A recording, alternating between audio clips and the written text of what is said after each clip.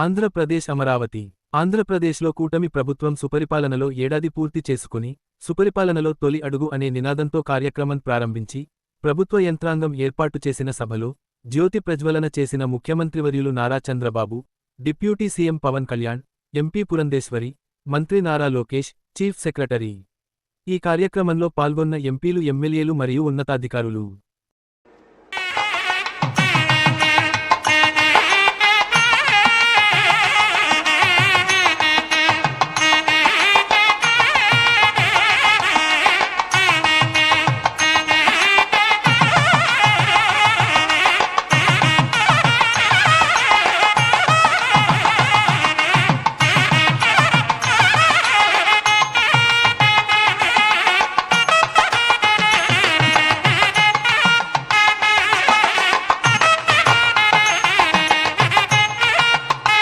కూటమి ప్రభుత్వం సుపరిపాలనలో ఏడాది విజయవంతంగా ముగించుకొని మరింత మునుముందుకు వెళుతున్నటువంటి తరుణంలో దీపకాంతులు ప్రజ్వలింపచేసుకొని మంగళప్రదంగా రానున్న వత్సరాల్లో మరింత అభివృద్ధిని సాధించాలనే ప్రగాఢమైన విశ్వాసంతో మన చంద్రబాబు నాయుడు గారు, మన పవన్ కళ్యాణ్ గారు, అలాగే మన బీజేపీ రాష్ట్ర శాఖ అధ్యక్షురాలు గౌరవనీయురాలు పురంధరేశ్వరి గారు అందరూ కలిసి దీపారాధన గావించారు. జూన్ 4వ తారీఖు నాడు రాష్ట్ర చరిత్రనే మార్చిన రోజు, ప్రజాస్వామ్యం గెలిచిన రోజు, బాబాసాహెబ్ డాక్టర్ బిఆర్ అంబేద్కర్ గారు రాసిన రాజ్యాంగం గొప్పతనం ఏంటో ప్రజలు చూపించిన రోజు. అందరూ కూటమి గెలిచింది, తెలుగుదేశం పార్టీ గెలిచింది, జనసేన పార్టీ గెలిచింది, లేదంటే భారతీయ జనతా పార్టీ గెలిచింది అంటున్నారు. కానీ గెలిచింది కూటమి పార్టీలు కాదు, గెలిచింది ఆంధ్ర రాష్ట్ర ప్రజలు. 94% స్ట్రైక్ రేట్ అంటే 175 స్థానాల్లో 164 స్థానాలు కూటమి కైవసం చేసుకుంది. ప్రజలు రికార్డు బద్దలు కొట్టారు, చరిత్ర తిరిగి రాశారు. ఇది ప్రజా విజయం.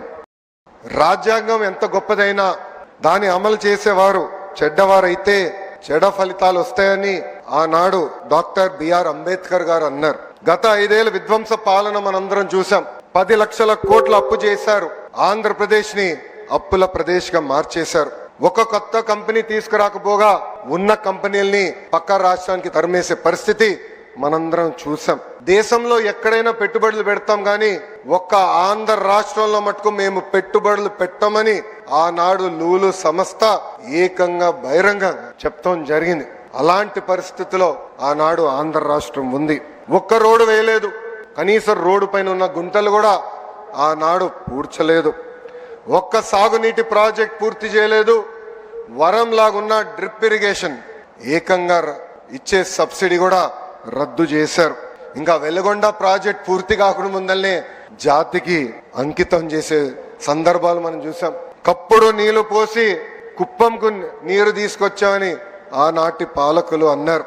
కడప స్టీల్ ప్లాంట్ కి 2 సార్లు శంకుస్థాపన చేశారు. అక్కడ కనీసం ఒక్క ఇటుక కూడా పడలేదు. ఇంకా విశాఖపట్నంలో ఒక వ్యక్తి బతికేదానికి 700 కోట్లతో ఒక రాయల్ ప్యాలెస్ కట్టుకున్నారు తప్ప విశాఖ ఉక్కు గురించి కానీ అదేవిధంగా రైల్వే జోన్ గురించి ఏనాడు మాట్లాడలేదు. 5 ఏళ్లు అరాచక పాలన ప్రజలు చూశారు. ఏకంగా దళితుల్ని చంపి డోర్ డెలివరీలు చేసిన రోజులు ప్రజలు చూశారు. కోవిడ్ సమయంలో మాస్క్ అరిగినందుకు ఒక డాక్టర్ ని ఎంత కిరాతకంగా చంపారో ప్రజలు చూశారు. అక్కని వేధించాడని కంప్లైంట్ చేసిన ఒక అమర్నాథ్ గౌడ్ ని ఏకంగా పెట్రోల్ పోసి తగలబెట్టి చంపేసిన రోజులు ప్రజలు చూశారు. ప్రశ్నిస్తే లాఠీ దెబ్బలు, కేసులు, అరెస్టులు. ఇంకా విధ్వంస పాలనపై ప్రజలు తిరుగుబాటు చేశారు. అందుకే పెద్ద ఎత్తున కూటమిని ప్రజలు ఆశీర్వదించారు, దీవించారు. సుపరిపాలనలో మనం తొలి అడుగు వేశాం. 5 ఏళ్లు రాష్ట్ర విధ్వంసం చేసిన వారు ఈ రోజు ప్రజా ప్రభుత్వం ఏం చేసిందని ప్రశ్నిస్తారు. వాళ్ళని సూటిగా కొన్ని సమాధానాలు చెప్పదలుచుకున్నా. ప్రభుత్వం వచ్చిన తర్వాత ప్రజలు ఈ రోజు ప్రశాంతంగా ఉంటున్నారు. ప్రజా ప్రభుత్వం వచ్చిన తర్వాత ప్రజల ముఖంలో చిరునవ్వు ఈ రోజు కంపడుతుంది. ప్రజా ప్రభుత్వం వచ్చిన తర్వాత ప్రజా సంఘాలకు ప్రశ్నించే హక్కు కూడా ఈ రోజు కూటమి ప్రభుత్వం అందించింది. నియంత పాలన నుంచి ప్రజలకి నిజమైన స్వాతంత్రం ఈ రోజు వచ్చింది. అన్ని సాధించామని కూటమి ప్రభుత్వం కాళ్ళు ఎగరేసుకుని తిరగట్లేదు. ఇంకా చేయాల్సిన చాలా పనులు మన ముందర ఉన్నాయి. గత పాలకులు 1000 రూపాయల పెన్షన్ పెంచేదానికి 5 సంవత్సరాలు తీసుకుంటే మన ముఖ్యమంత్రి గారు తొలి నెలలోనే 1000 రూపాయలు పెన్షన్ పెంచింది మనం చూసాం. దేశంలో ఏ రాష్ట్రం ఇవ్వని విధంగా వృద్ధులకి 4000 రూపాయలు, వికలాంగులకి 6000 రూపాయలు, బెడ్కే పరిమితమైన వారికి 15000 రూపాయలు ఈ రోజు కూటమి ప్రభుత్వం అందిస్తుంది. అంటే ఒక పెన్షన్ కార్యక్రమం ద్వారా 34,000 కోట్ల రూపాయలు ఈ రోజు కూటమి ప్రభుత్వం ఆర్థిక సహాయం చేస్తుంది. ఇంకా సూపర్ 6 లో ముఖ్యమైన హామీ తల్లికి వందనం. 67,27,164 మంది విద్యార్థులకు మనం తల్లికి వందనం కార్యక్రమం ఇస్తున్నాం. ఈ యొక్క కార్యక్రమం ద్వారా 8,745 కోట్ల రూపాయలు తల్లుల ఖాతాలో డబ్బులు జమ చేశాం. ఇంకా first class, inter first class విద్యార్థులు చేరిన వెంటనే వాళ్ళు కూడా తల్లికి వందనం అందిస్తుంది కూటమి ప్రభుత్వం.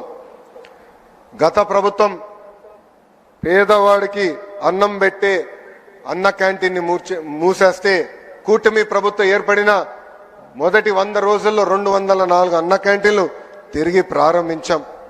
ఈరోజు దీపం పథకం కింద 2 కోట్ల గ్యాస్ సిలిండర్లు కూడా ఉచితంగా అందజేస్తాం జరిగింది. గత ప్రభుత్వం ఒక్క డిఎస్సి కూడా ఇవ్వలేదు, ఒక్క టీచర్ పోస్ట్ భర్తీ చేయలేదు. అదే కూటమి ప్రభుత్వం ఏర్పడిన మొదటి సంవత్సరంలోనే 16,347 ఉపాధ్యాయుల పోస్టులు భర్తీ చేసే మెగా డిఎస్సి కూడా ఈ రోజు మనం నిర్వహిస్తున్నాం. ఈ నెలలోనే అన్నదాత సుఖీభవ, ఆగస్టు 15కి మహిళలకు ఉచిత బస్ ప్రయాణం. గత పాలకులు ఆస్తులు కొట్టేసేదానికి తీసుకొచ్చిన ల్యాండ్ టైటిలింగ్ యాక్ట్ కూడా కూటమి ప్రభుత్వం రద్దు చేస్తాం జరిగింది. పేదలకి చేయూత ఇవ్వటమే కూటమి ప్రభుత్వం లక్ష్యం. అందుకే గౌరవ ముఖ్యమంత్రి గారు P4 అద్భుతమైన కాన్సెప్ట్ ప్రకటించారు. పేద ప్రజలకి చేయూత అందిస్తమే ఈ P4 కాన్సెప్ట్.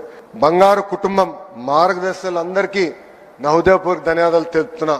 నేను ఏ రాష్ట్రంకి వెళ్ళినా, కేంద్రంలో ఏ మంత్రిని కలిసినా వాళ్ళందరూ ఒకటే అంటారు, బాబు గారు ఈరోజు ఆలోచించింది దేశం రేపు ఆలోచిస్తుందని. అలాంటి అద్భుతమైన కాన్సెప్ట్ P4 అని సభాముఖంగా మీ అందరికి తెలుపుతున్నా. పవన్ అన్న నాయకత్వంలో పంచాయతీలకి నిజమైన స్వాతంత్రం వచ్చింది. పంచాయతీలకి బకాయంగా ఉన్న 1000 కోట్ల రూపాయల నిధులు నేరుగా పంచాయతీలకు వేశాం. రైతుల నుంచి 56 లక్షల మెట్రిక్ టన్నులు ధాన్యం సేకరించాం. 13,600 కోట్ల రూపాయలు ఈ యొక్క కార్యక్రమం కోసం కూటమి ప్రభుత్వం కూడా చెల్లిస్తాం జరిగింది.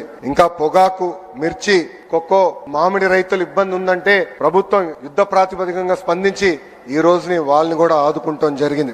అభివృద్ధి వికేంద్రీకరణం అనేది కూటమి ప్రభుత్వం ఎజెండా. కేవలం ఒక ఏడాదిలోనే 9.5 లక్షల కోట్ల పెట్టుబడి, వాటి ద్వారా 8 లక్షల మందికి ఉద్యోగాల కల్పన కోసం ఒప్పందాలు కుదిరించుకున్నాం. రాయలసీమను ఒక automotive, electronics, horticulture, renewable energy hub గా కూటమి ప్రభుత్వం తీర్చిదిద్దుతుంది.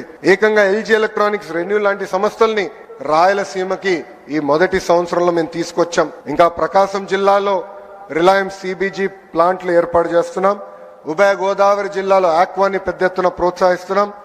ఉత్తరాంధ్రలో ప్రత్యేకంగా IT, ఫార్మా, మెడికల్ ఎక్విప్మెంట్ తయారీ హబ్ గా మార్చేందుకు ప్రభుత్వం అన్ని అడుగులు వేస్తుంది.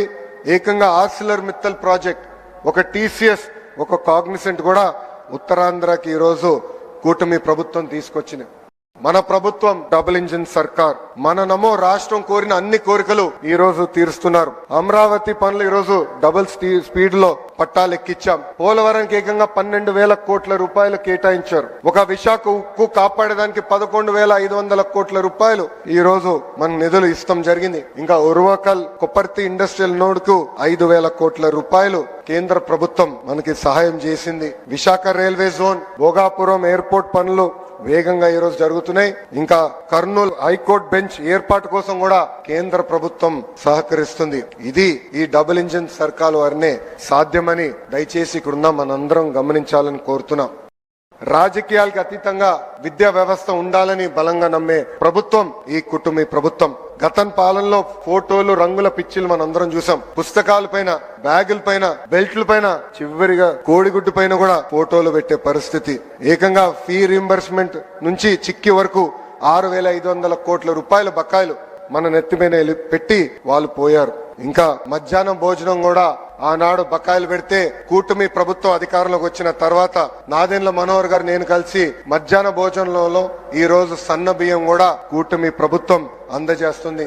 స్కూల్ కిట్ కి ఏకంగా డాక్టర్ సర్వేపల్లి రాధాకృష్ణ గారి పేరుతో అందిస్తాం కూడా జరుగుతుంది. మారుతున్న కాలానికి తగ్గట్టుగా కేజీ నుంచి పీజీ వరకు కరికులం కూడా మేము మార్చుతున్నాం. బ్యాగ్ బరువు తగ్గించేదానికి సెమిస్టర్ వైడ్ డివైడ్ చేసి ఏకంగా పుస్తకాలు కూడా పిల్లలకి ఈ రోజు అందించాం. పుస్తకాల దగ్గర నుంచి చిక్కీల వరకు పార్టీ రంగులు లేవు. ముఖ్యమంత్రి గారు ఫోటో లేదు, విద్యాశాఖ మంత్రి గారు కూడా ఫోటో లేకుండా ఈ పిల్లలకి ఈ రోజు కూటమి ప్రభుత్వం అందిస్తుంది. ఇంకా నేను విద్యాశాఖ మంత్రి అయినప్పుడు టెక్స్ట్ బుక్లు చూసా. ఇంటి పనుల ఫోటోలు ఉంటే అన్ని మగవాళ్ళు చేసే ఫోటోలే ఉన్నాయి. అది మారాలని బలంగా నమ్మి ఈ సంవత్సరం టెక్స్ట్ బుక్ లో ఇంటి పనుల ఫోటోలు సగం ఆడవాళ్ళు సగం మగవాళ్ళు చేసే పరిస్థితి ఫోటోలు కూటమి ప్రభుత్వం పుస్తకాల్లో కూడా పెడతాం జరిగింది. ఇంతేకాదు మన ప్రభుత్వం ఏడుపడి నాటికి 1 క్లాస్ 1 టీచర్ కేవలం 1200 ప్రాథమిక పాఠశాలలుంటే జియో 21 ద్వారా ఈరోజు 9800 పాఠశాలలకి తీసుకెళ్తాం జరిగింది. ఇంకా ఆనాడు ఉపాధ్యాయులందరూ నన్ను కోరారు నా పాదయాత్రలో జియో 117 రద్దు చేయమని. ఈ రోజు కూటమి ప్రభుత్వం గర్వంగా చెప్తుంది అధికారంలోకి వచ్చిన తొలి సంవత్సరంలోనే జియో 117 మేము రద్దు చేస్తాం కూడా జరిగింది. ఇంకా ప్రభుత్వ ఉద్యోగస్తులు కూడా ప్రభుత్వానికి గుండెకాయ లాంటి వారు. సిఎస్ గారి దగ్గర నుంచి గ్రామంలో పనిచేస్తున్న చిన్న ఉద్యోగం వరకు గత ఏడాది కాలం చాలా అద్భుతంగా కష్టపడ్డారు. దారి తప్పిన రాష్ట్రాన్ని సరైన దారిలో మనందరం పెడతాం జరిగింది. ముఖ్యంగా నా టీచర్లు నాకు అద్భుతంగా సహకరించి ఈ రోజు భారతదేశానికి ఒక పారదర్శకంగా నిలబడే పరిస్థితికి తీసుకొచ్చారు. నేను ఇప్పటికీ 65 ప్రజా దర్బారులు చేశా. ప్రజలు ఎదుర్కొంటున్న సమస్యలు నేను నేరుగా తెలుసుకుంటున్నా. అవన్నీ నీట్ గా డిపార్ట్మెంట్ వారిగా డాక్యుమెంట్ చేసి ఎప్పుడు కేబినెట్ మీటింగ్ ఉంటే ఒక 20 నిమిషాల ముందలెళ్ళి ప్రతి మంత్రి గారు కూడా నేను ఆ వివరాలు ఇస్తాం జరుగుతుంది. ఇక్కడున్న మిమ్మల్ని అందరం కూడా నేను కోరుతున్నా, ప్రజలు మన దగ్గరికి వచ్చినప్పుడు ఆప్యాయంగా పలకాలి, కూర్చోబెట్టాలి, వాళ్ళ సమస్యలు పరిష్కరించడానికి మనం ప్రయత్నించాలి. అన్ని సమస్యలు దేవుడు కూడా పరిష్కరించలేరు, కానీ మన వంతు మనం ప్రయత్నించాలని ఇక్కడున్న ప్రభుత్వ ఉద్యోగస్తులందరినీ కూడా నేను కోరుతున్నా. అంతేకాకుండా ఎమ్మెల్యేలు ఎంపీలు కూడా నేను ఒక విషయం చెప్పదలుచుకున్నా. ప్రజలు ఒక పవిత్రమైన బాధ్యతతో మనందరినీ 94% మందిని ఏకంగా గెలిపించారు. మన పైన ఒక బాధ్యత పెంచారు. మనందరం కష్టపడాలా, అహర్నిశలు అందుబాటులో ఉండాలా. మన నియోజకవర్గానికి ఒక విజనింగ్ ఎక్సర్సైజ్ ఈ రోజు గౌరవ ముఖ్యమంత్రి గారు ప్రెజెంట్ చేయబోతున్నారు. ఆ విజనింగ్ ఎక్సర్సైజ్ అధికారులతో కూర్చుని డెవలప్ చేసి వచ్చే 4 సంవత్సరం మన నియోజకవర్గాన్ని ఎలా అభివృద్ధి చేయాలి అనే దానిపైన అందరం కూర్చుని పనిచేయాల్సిన అవసరం చాలా చాలా ఉంది. నేను అనేక కంపెనీల ఓపెనింగ్కి వెళ్ళినప్పుడు కానీ ఫౌండేషన్ స్టోన్ వేసినాక వెళ్ళినప్పుడు అక్కడున్న శాసనసభ్యులందరినీ కోరేది ఒకటే, మనందరం పోటీ పడాలి, మన నియోజకవర్గానికి పెట్టుబడులు తీసుకురావాలి.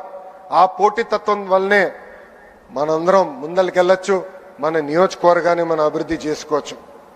మనం గతంలో చూసాం 151 స్థానాలు 11 అయింది. దానికి కారణం ఒకటే, అహంకారం. అహంకారం మనకు అవసరంలా.